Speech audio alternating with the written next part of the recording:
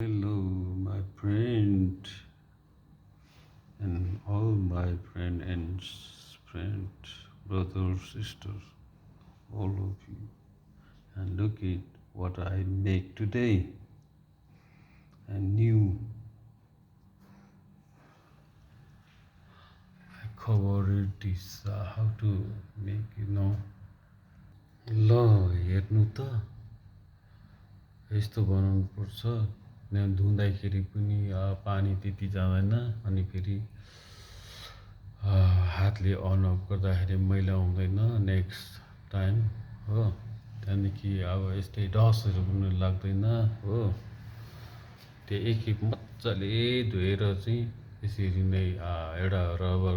band अन्त plastic चाहिन्छ त्यहाँदेखि यस्तो गऱ्यो हो रबर ब्यान्ड यो चाहिँ लाबर हो यो केच पान्ने लाबर हो यसरी मैले बनाएको छु हो धुलोहरू पनि लाग्दैन अब त्यहाँ अब त्यो प्लग लाउनु पऱ्यो भने यहाँनिर खासै के भन्छ पेनले यसो घोच्ने हो डट पेनले यसो घोच्ने भइहाल्छ धुलो हो त्यहाँदेखि फेरि अर्को पनि छ यहाँ मैले बनाएको अहिले पहिला धोएर मैले यस्तरी नै लगाएको छु हो लिक्विड हो यहाँ यो चाहिँ प्लास्टिक र रबर ब्यान्ड यसरी यो गर्नुपर्छ हो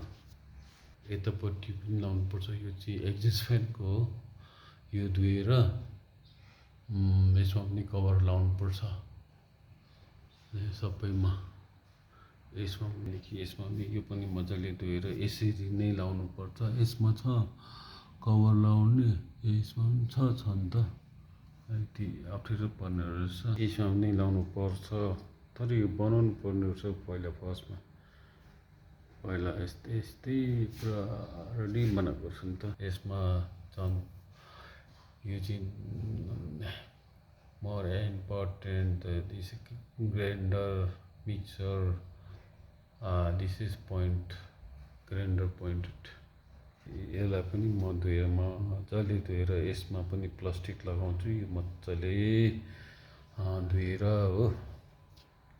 and please subscribe and like and subscribe okay and my lovely friend